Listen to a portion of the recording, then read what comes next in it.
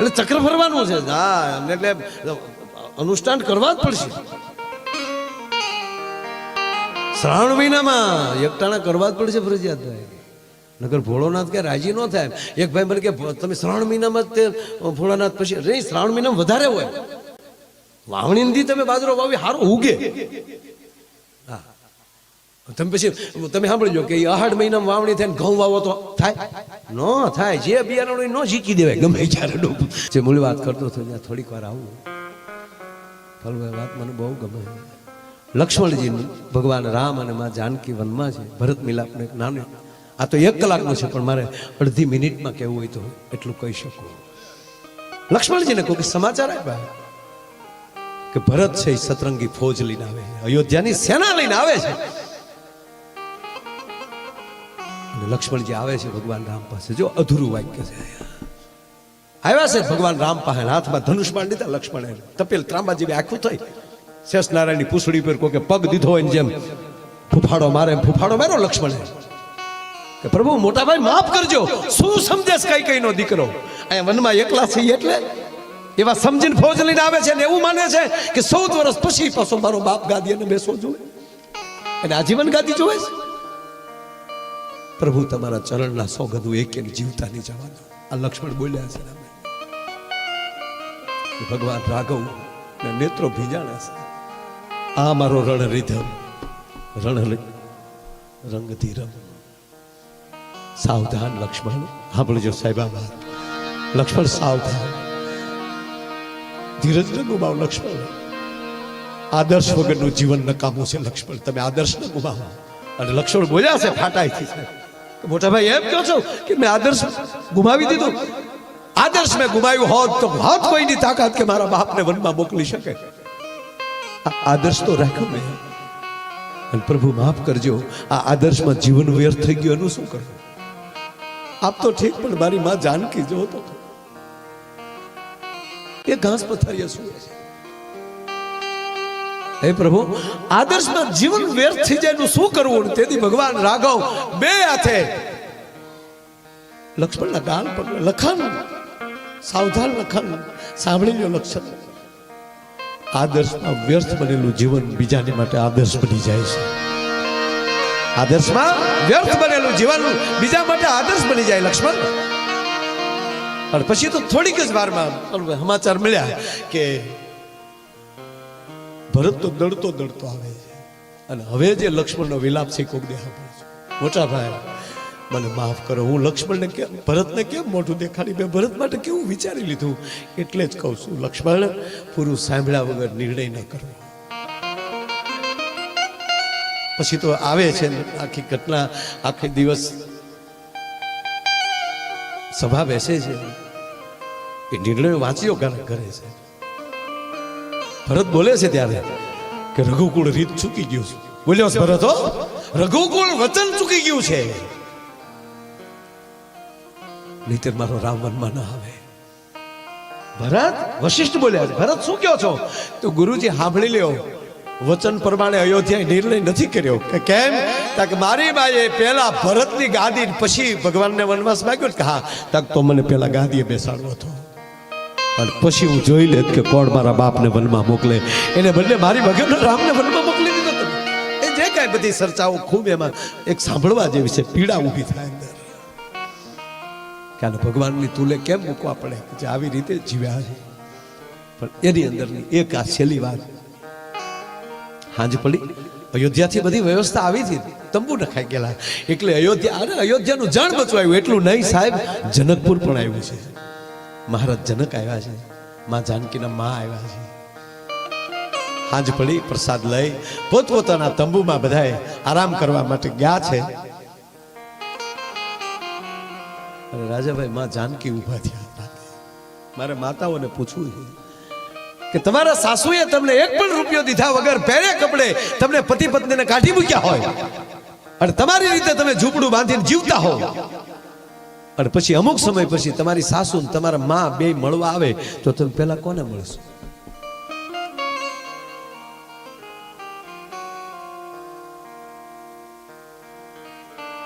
માં જાનકી ઉભા થયા. કઈ કઈના કક્ષમાં ગયા અને કઈ કઈ તો ટૂટીઓ વાળીને હોતી હતી કે અરે મેં આ છોકરાઓના જીવન કેવા કરી નાખ્યા. ટૂટીઓ વાળીનું આહુડા નહોતા આવતા, ફૂંકાઈ ગયા હતા આહુડા. એના પગ પાસે બેહી અને માં જાનકી એટલું બોલ્યા, માં કીધું કઈ કઈ આમ જોયું ધ્રુજી ગયા.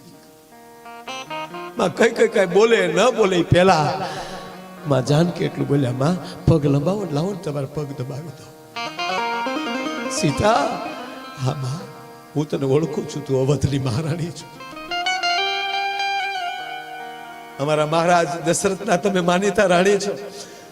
અને મેં એ પણ જોયું છે મારી માં કઈ કોઈ દી ધૂળમાં પગ નથી મૂક્યો. મારી માં કઈ જતી અવધની બજારમાં નીકળે તો જાજબુ પથરાતી હોય એટલું નહીં. હે બા, તારી 4 દાસીઓ તો તારા ઓઢલાનો છેડો પકડી રાખ્યો છે.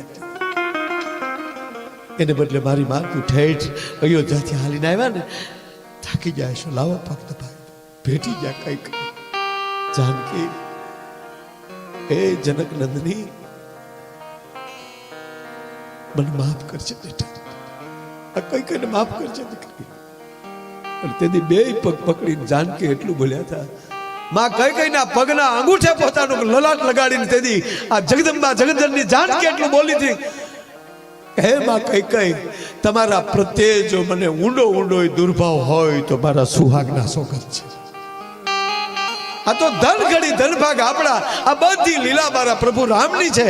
અને માં આપણે સદભાગી છીએ કે પ્રભુની લીલાના પાત્રો બન્યા છે. સાહેબ, આવા પરિવાર હોય ને એની લાખો વર્ષ પછી પાછી પ્રતિષ્ઠા ઉ થાય છે. કહેવાય કે બાપ આ ભગવાન તમે સાંભળજો, શ્રીમંત શબ્દ જાજા લાગે છે.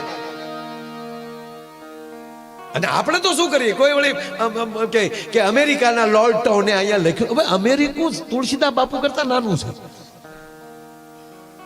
જેનું 450 વર્ષ પહેલા સંશોધન થયું, એને ગોતવામાં આવ્યું છે. એને વિરોધ નથી કરતો સાહેબ.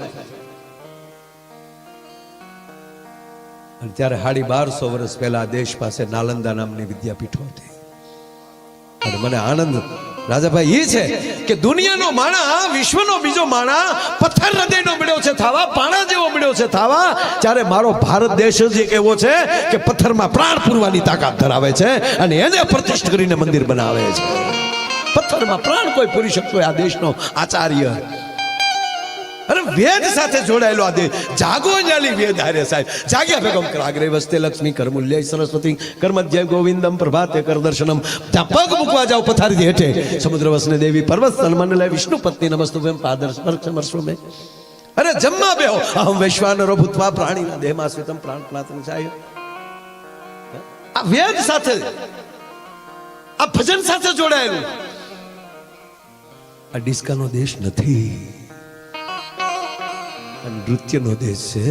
અને એ નૃત્ય એવું કે મારા રાઘવને ગમે એવું, મારા કૃષ્ણને ગમે એવો રાસ.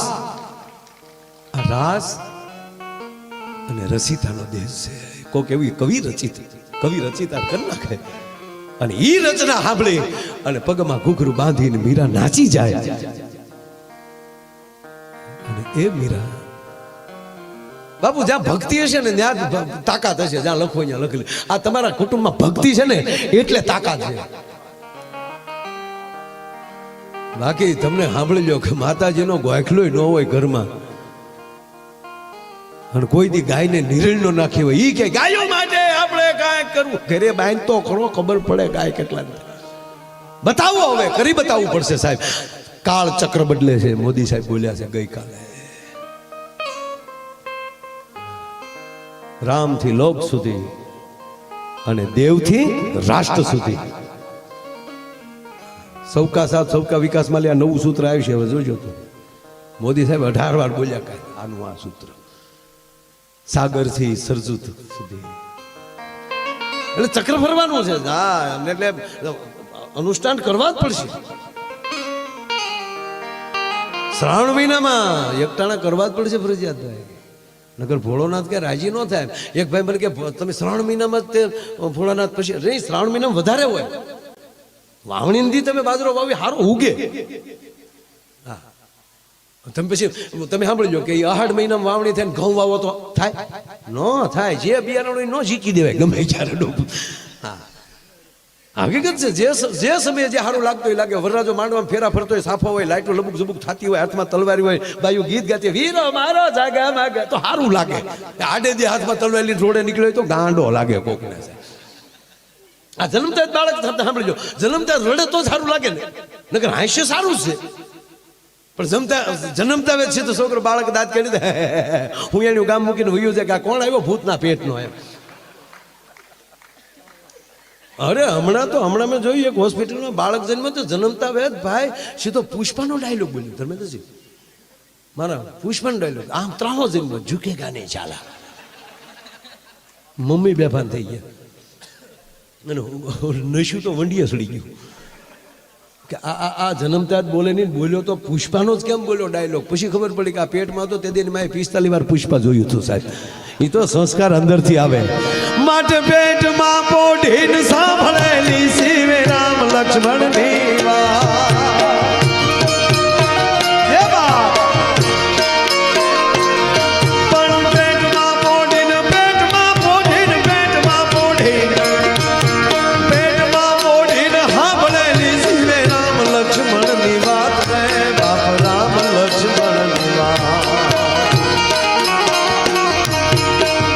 બાલુડાના મુખ સે દીદી ઓડીએની ઊંઘતે દીદી શિવાજીને નીંદર આવે માતાજી જા બાય ઝુલાવે.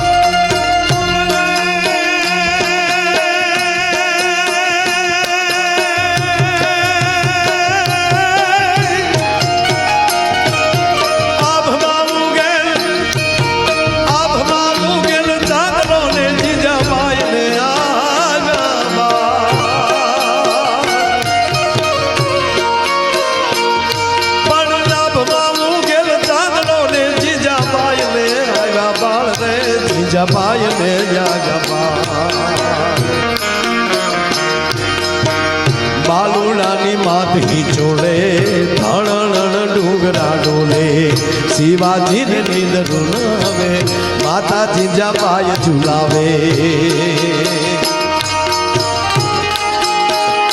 અને એક બીજી ભલામણ નથી કરતો પણ કહું, ઘરની એક જણો કે RSS માં હોવો જોઈએ, કે વિશ્વ હિન્દુ પરિષદમાં હોવો જોઈએ, કે બજરંગ દળમાં હોવો જોઈએ. ઘરની એક સભ્ય તો મૂકી જ દેજો એમાં. પગે લાગીને કહું સાહેબ, રહેશે ધર્મ તો રહેશે ધરા નહીં તર ખપ જાય. અને બાપુ હળું તમને ચાલુ મજા આવે, હળું જો તમને કહું જો વચ્ચે મને યાદ આવ્યું એટલે કહું. મારું શિવાજીનું આલડું છે ને મેઘાણી, જળચંદ મેઘાણીએ લખ્યું, આભમાં ઉગેલ ચાંદલો નક્કી થઈ ગયો અંધકાર છે, કોઈ સૂરજ નહોતો દેખાતો.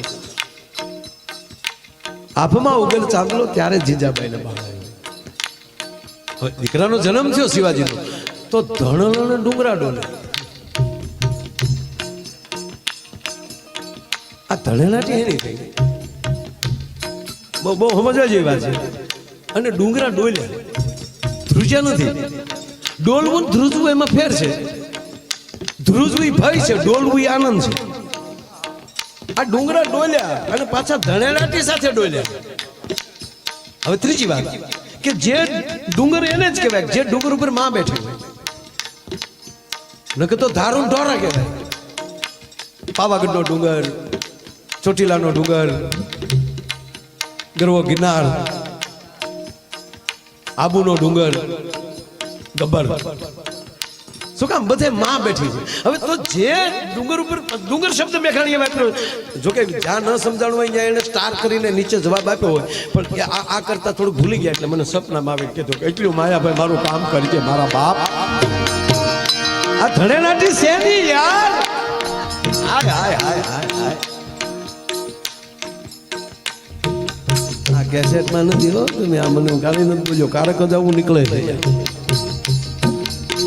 ધણેલાટી પાલુ બાપુ એની હતી, ધર્મેન્દ્રસિંહ સાહેબ કારણ કે ડુંગર ઉપર માં બેઠી છે, એ ડુંગર ને ડોલવું ને ધણેરાટી.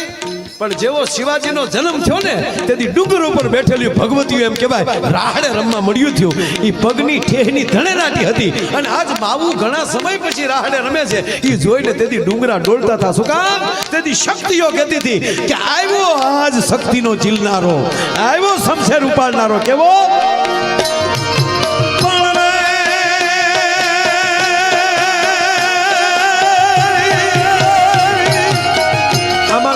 સુઈ લેજે મારા દીકરા. પણ મેઘાણી બાપુને કે બાપુ થોડોક ફેરફાર કરવો છે. હવે ઉઠજો રે મારા કેહરી રે તારું હિંદવાણું જુવેવા. રામ વિશ્વાસ છે, બોલ્યા છે મોદી સાહેબ.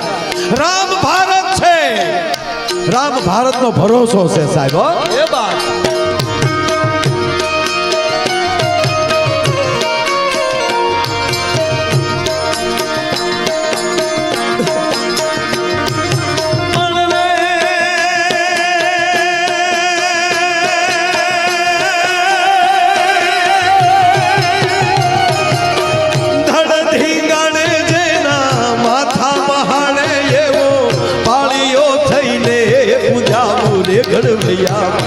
ઠાકોરજી નથી થાવું, ઘડવૈયા મારે ઠાકોરજી નથી થાવું.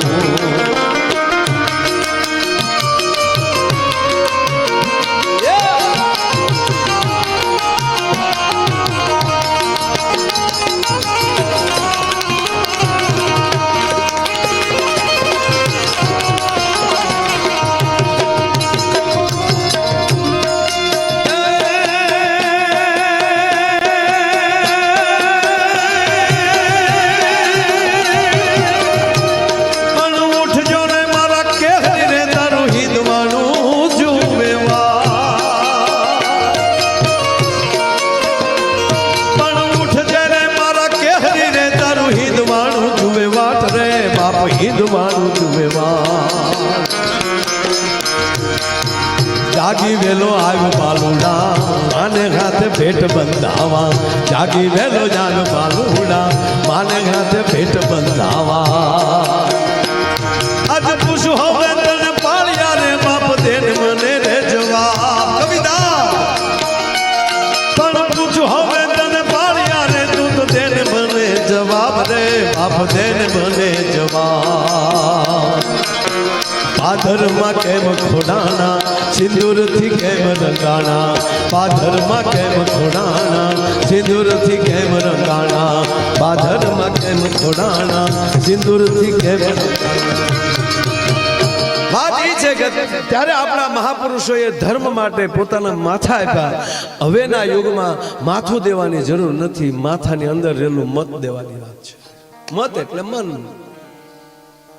અત્યારે ગાયો માટે માથા નથી દેવાના, ગાયો માટે દાન દેવાનું છે. આ માથા પેડા ધડ લેડા શું કામ?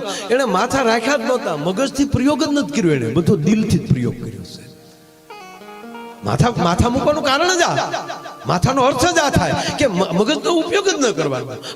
આમાં જે દાન આપે છે, આ ભાગવત કરે, આ હું મગજથી થાય ના, આ પ્રેમથી થાય. બાકી